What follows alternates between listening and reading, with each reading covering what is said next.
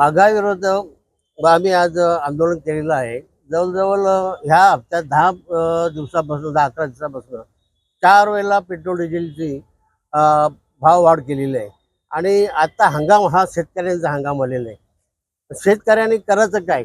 जर tractor JCB त्यांचे चालवायचे कसे काय? आणि त्यासाठी आज आम्हाला हा आंदोलन करावं लागले. त्याच्या पुढे जे विश्वगुरू सांगतात का आम्ही सर्व हे करतो, पण हे विश्वगुरूंनी सत्यानाश सगळं केलेलं आपले देशाचा. आज देशाची अर्थव्यवस्था संपूर्ण बसलेली आहे.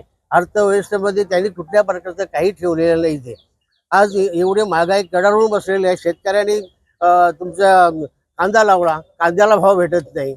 उद्या शेतकऱ्यांनी संपूर्ण आंदोलन करून रस्त्यावर उतरतील आणि ज्या वेळेला ची जशी अवस्था झाली तशी अवस्था आपल्या देशामध्ये येऊ नये.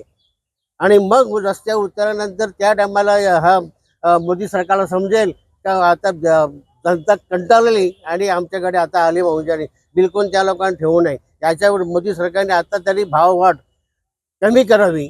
जर कमी केली नाही तर राष्ट्रवादी काँग्रेस पक्ष, शरद पवार पक्षाच्या वतीने आम्ही रस्ता जाम करून आंदोलन करू. रस्ता जाम करून कोणाला जाऊन देणार नाही, अशी परिस्थिती आणून देऊ नये.